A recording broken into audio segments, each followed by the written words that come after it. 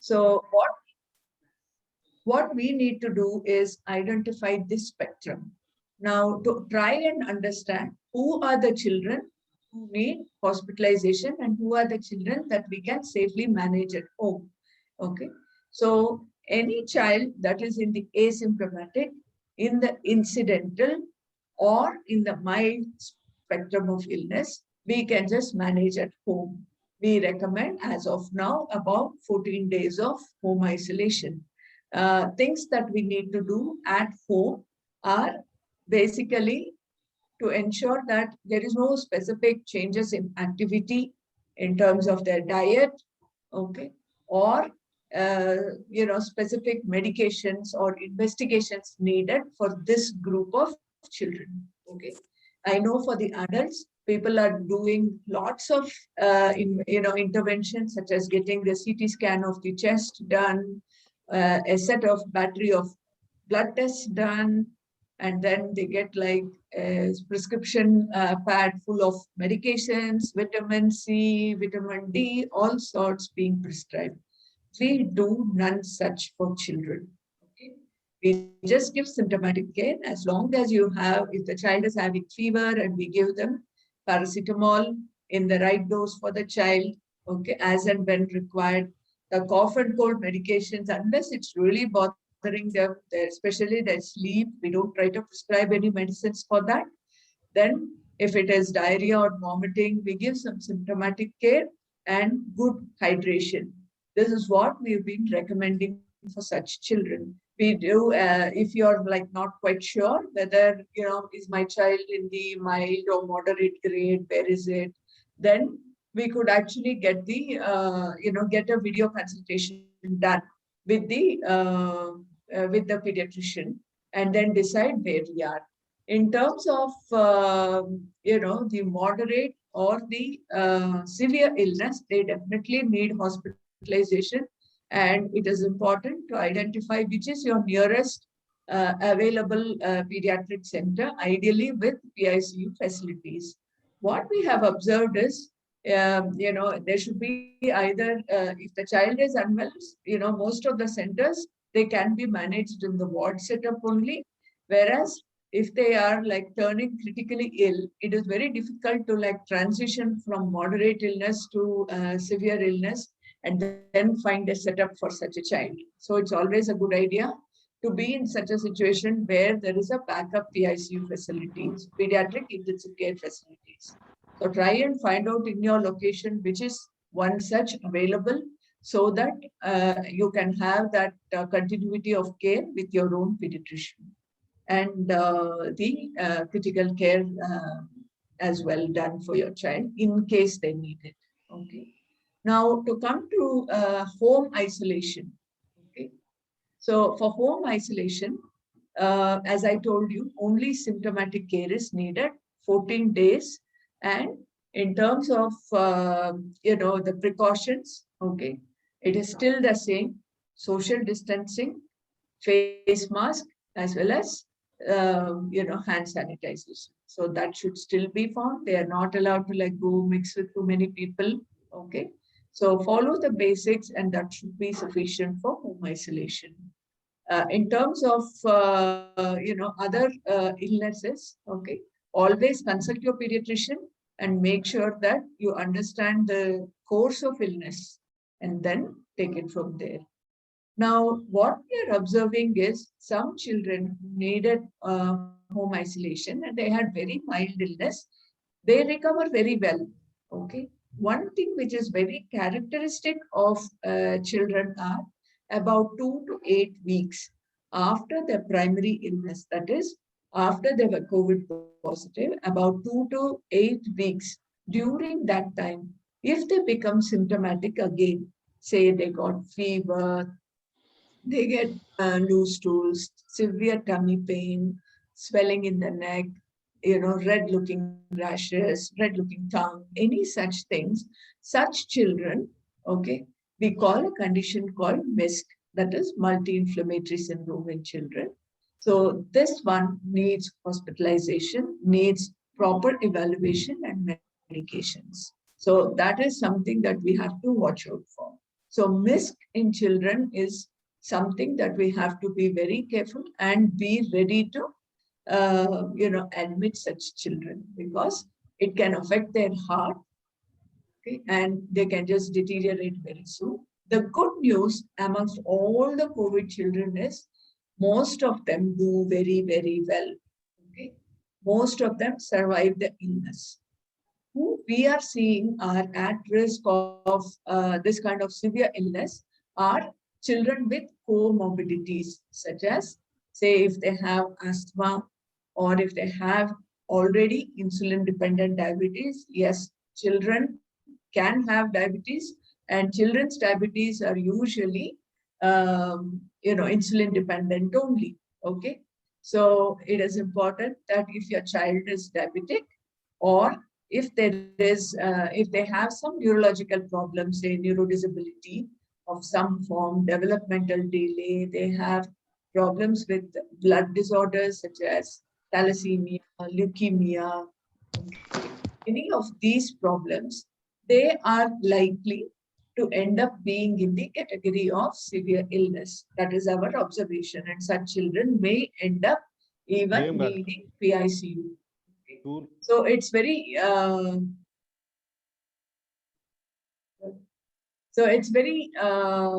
it is those kind of children that we have to make sure that there are hospitalization facilities available.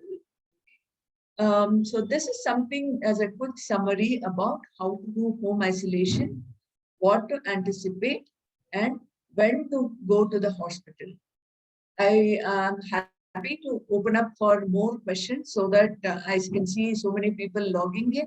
I'm sure you have some specific questions. We'll try and address that. Please feel free to put it in the chat box, or you can turn on your audio and video, and we can go through these questions. Now, ओहो done हो गया। अगर कुछ सुना है तो हम सुना सकते हैं. If you have any specific questions.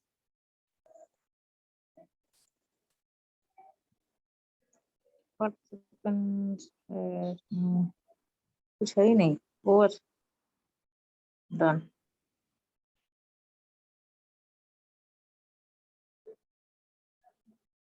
So while I'm waiting for some questions, I'll just kind of have a quick brief about. Sorry, is there someone asking up something? No, it's me, Manjunath. Actually, I read an article saying that the children whose age is less than 6, they won't get COVID-19 positive. I have gone through an article in Google. So your opinion about it? Sorry, your question was what age? Less than 6 years. Okay, that is not true. Okay, children at any age can get affected, including newborns.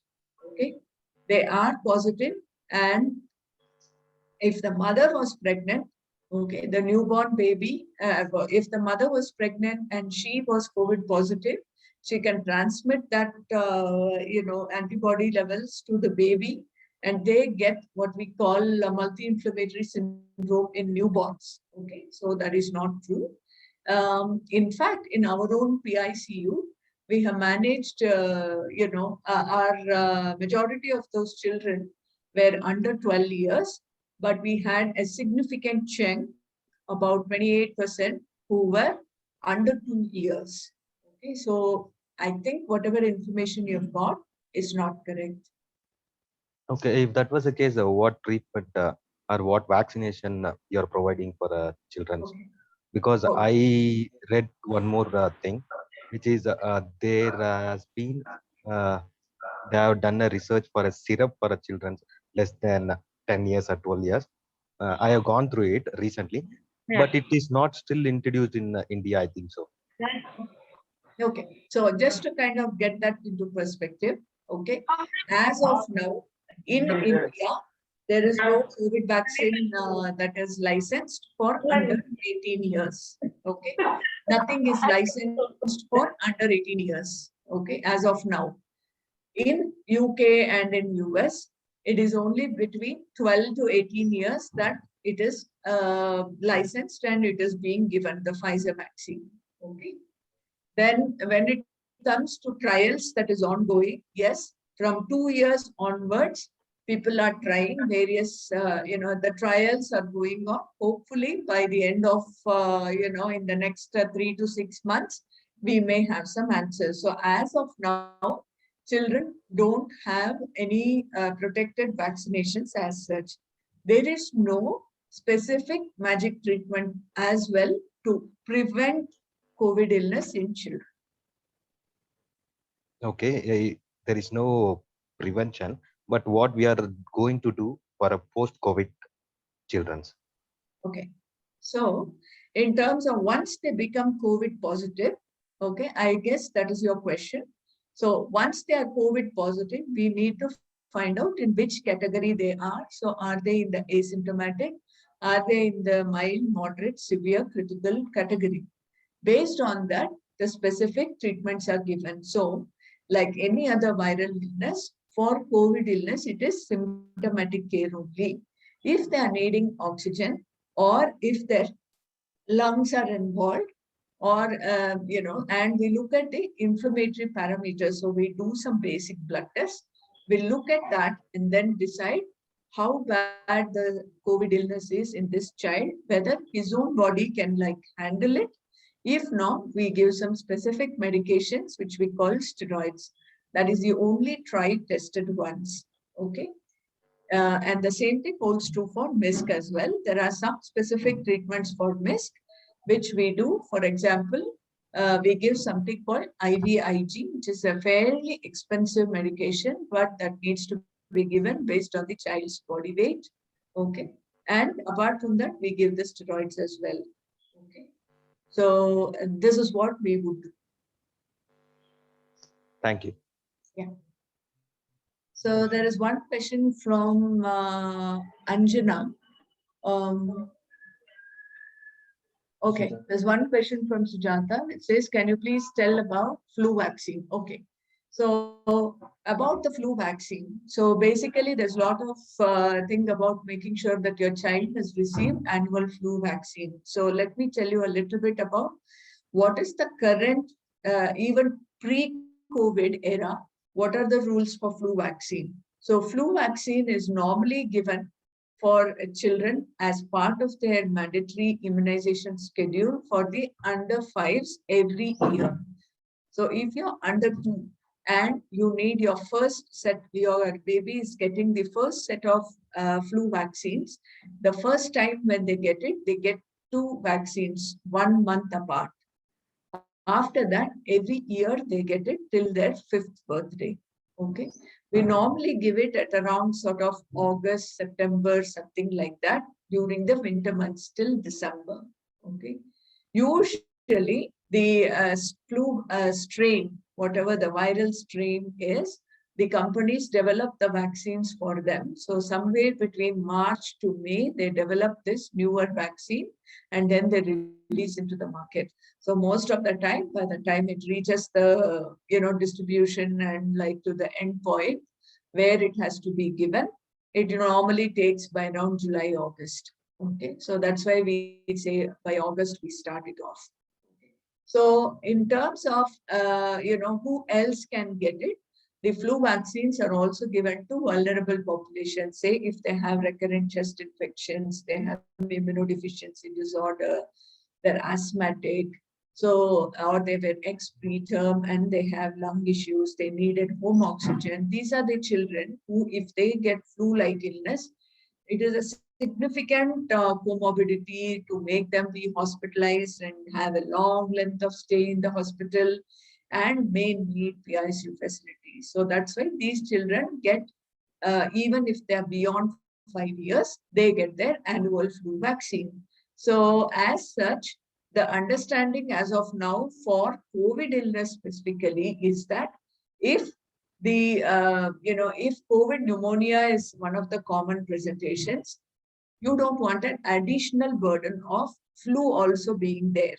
So if we give the flu vaccine, maybe it will be protective. That is the thinking behind saying, please make sure that your child has received flu vaccine, especially if they are under 5, not to miss it because there is lockdown and stuff like that. Okay. However, as a word of caution, in general, okay, winter months, we see under 2 years children coming with what we call bronchiolitis, which is a viral chest infection needing hospitalization and intensive care facilities. Now, that kind of like the peak, seasonal peak of such illnesses that we normally see is not there anymore, or rather the incidence has come down significantly, mainly because we're all masked up, we all are sanitizing. And so this incidence globally has come down significantly. So it's just something to bear in mind about the perspective and the risk factors. So I hope I have addressed your questions, Sujata. Okay. And then Anjana has asked us, what do you feel about the Samatva pills that Ayurvedic doctor is promoting? Okay.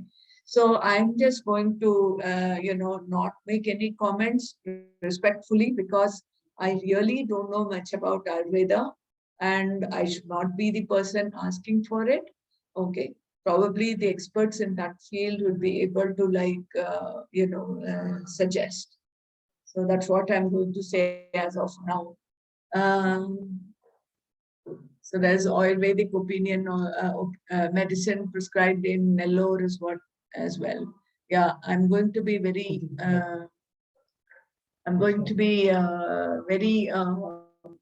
cautious in making comments. I don't want to make any comments on Ayurvedic medications as of now. I apologize for that. Do we have any drug for kids in first week, basically in the viremia stage? Yeah, okay. If yes, at what age? Okay. I'm going to say that very clearly, Mr. Sai. We are not using antiviral medications that much at all in children. Okay. None of these medications, especially as an outpatient, is not prescribed. Even for ICU admitted children, we are not using it as of now. There is no evidence to suggest that it is needed. So no antiviral medications are being prescribed for children as of now. Okay. And at any age group. Very rarely, maybe if they are like close to 16 or 18 years, some intensivists may look at it and decide whether to give this remdesivir or not. We have looked at it in the first wave and in the second wave, okay, and we have not used it. I looked after nearly about 28, critically ill COVID children in this second wave at our Aster RV.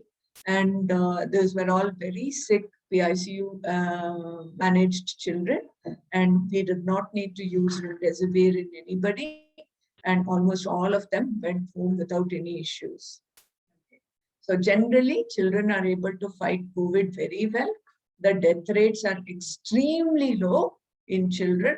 And that is a good news. If at all there is any child death related to COVID illness, okay, it is most likely not related to COVID per se, but other complications related or other comorbidities that has led to it. Okay. So this is what we just have to remember. Hello. So there is another question by Darshan. If the mother is vaccinated and feeding, will it benefit the baby? Okay. So that is the expectation. Okay.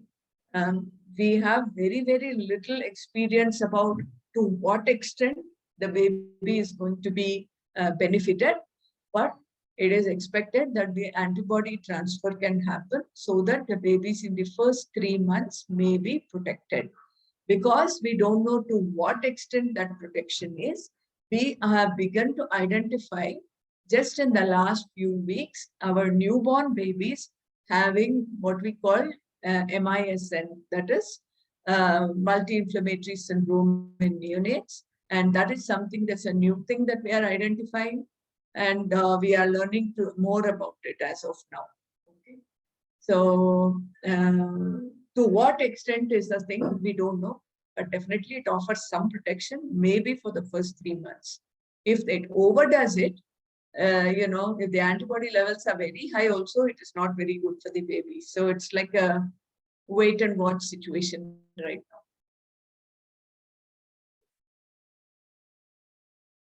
now. Hello. Yeah. Hello, ma'am.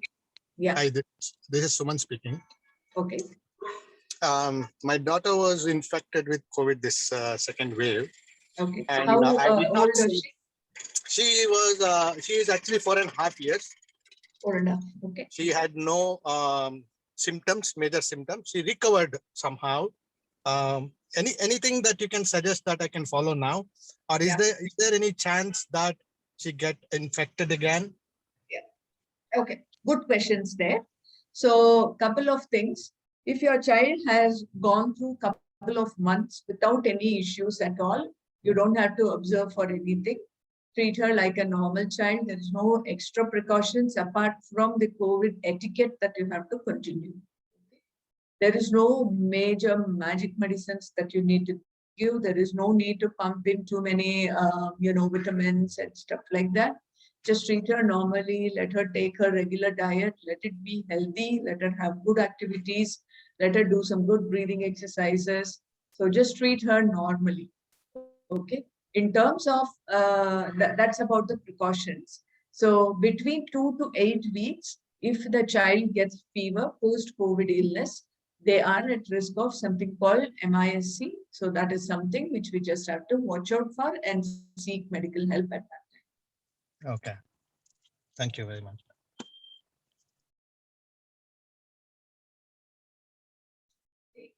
Anjana has a question. Please go for it. Yes, doctor. This is a very informative session. Thank you for that. Doctor, I have a question. My husband and I got vaccinated about 10 days back, the first dose.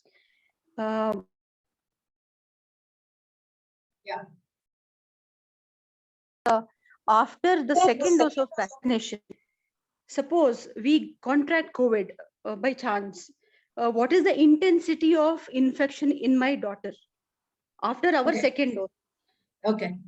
So, that's a good question. So the important thing is, it is expected that probably the people who are already vaccinated, the adults, if at all, the chances they can become positive, but their chances of needing intensive care is a little lesser than the non-vaccinated cohort. That's all we can say as of now. Okay. In terms of the risk to your child, it will still be the same risk. Okay, because your child is not vaccinated. So she is at risk. As I told you, the children who need hospitalization, what we found was predominantly had some form of comorbid illness. So the chances are that if there is no comorbidity, then maybe it will be, your child will have to be, we'll have to assess at that time and see into which spectrum of the category she belongs, whether mild, moderate, severe, where she's going to be. But the risk is there for your child, like 100%. Okay, so basically the intensity will reduce in us, but the child's okay. Yeah. That's that is why we still recommend that even though parents are fully vaccinated, because they will be going out and coming back, okay, they still have to maintain their COVID etiquette. Okay. Yes, doctor. Thank you so much. So I have a question from Sai. Ma'am, any prophylaxis you suggest? As of now, no. Sorry. Apart from COVID etiquette, there is nothing else to prevent.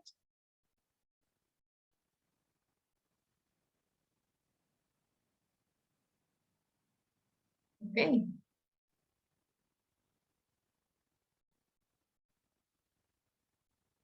So quite a few interesting questions most of you had. So thank you for that, for opening up and going through this.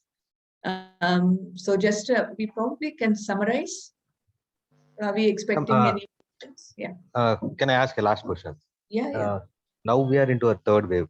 So whether we are expecting fourth, fifth? Not yet in the, not yet. I heard that maybe in August we are going to be the third wave. Yes. So if we are into third wave, whether we are expecting fourth, fifth, sixth, seventh, or we are going to end up with the third itself. Say that again. Yeah. Wait and watch. I wish I had answers. So what we're looking at is the trends of various, of the Western countries and seeing how they are doing. Okay. So it all depends on the mutation of the virus. Okay.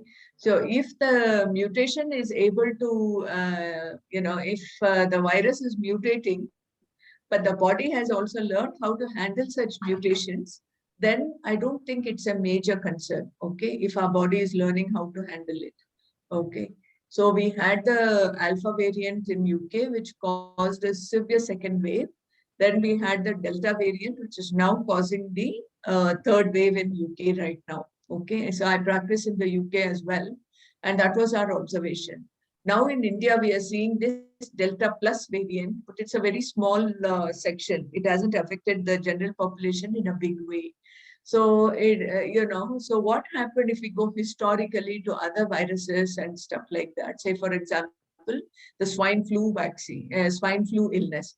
You all may recollect that at one point of time, swine flu was probably around 2009 or something like that. Swine flu was rampant. And we were like following the same PPE and all these kind of things for swine flu management at that time. We didn't know how to handle it, and we learned. And then there were a lot of new medications that came up, and we also learned how to handle these and provide good outcomes for such children, such patients at that time. And then we came up with the vaccination. The vulnerable people got their swine flu vaccinations. It was tested out for children and things like that. And we now don't take swine flu that seriously, but it is 10 years afterwards. Okay. So I'm hoping that we will reach such a point soon, even for COVID. That is the expectation.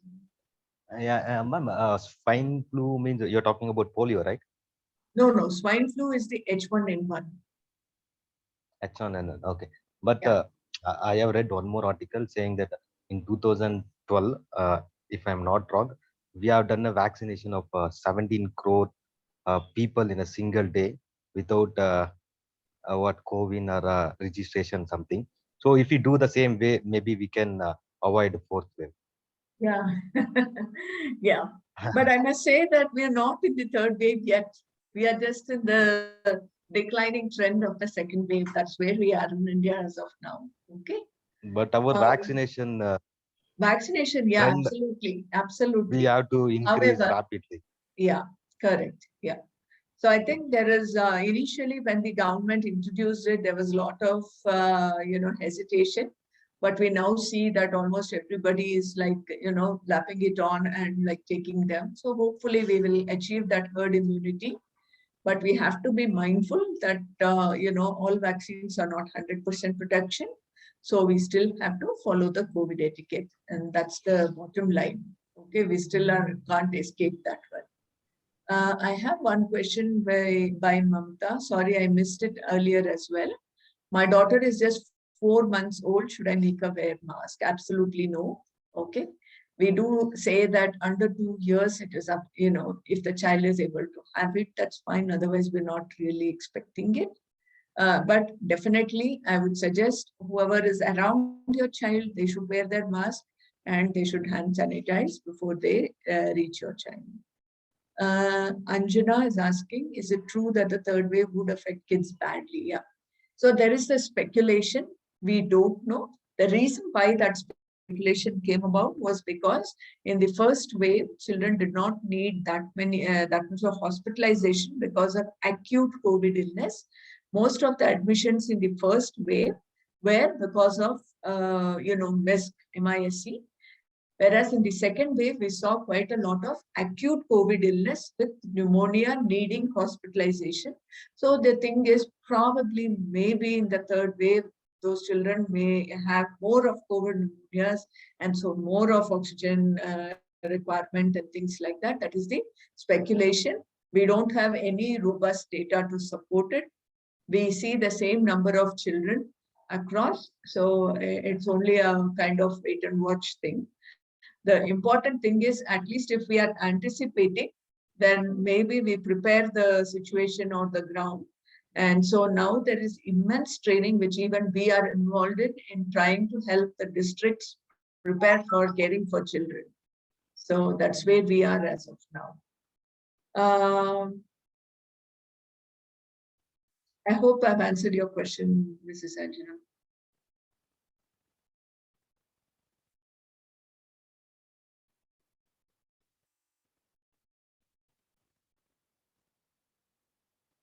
So, shall we Yes, end doctor. this? Thank you so much.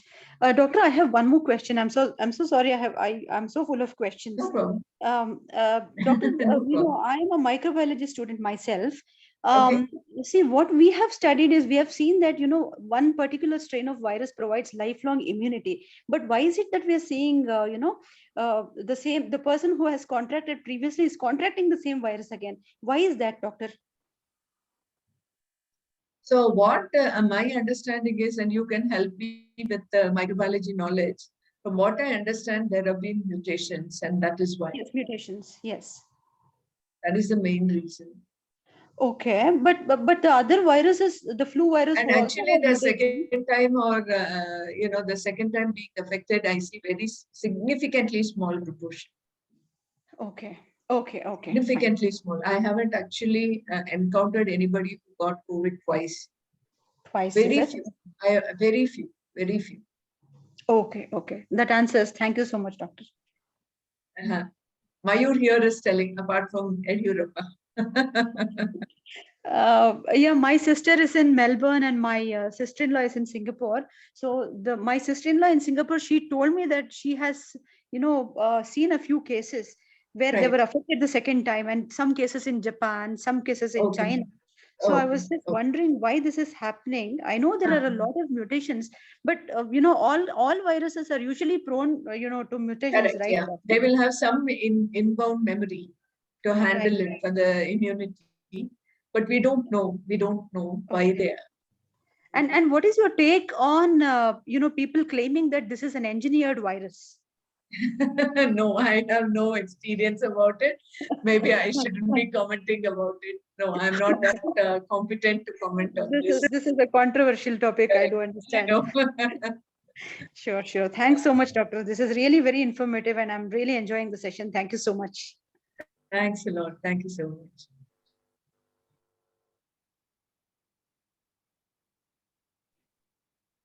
Thank you, ma'am.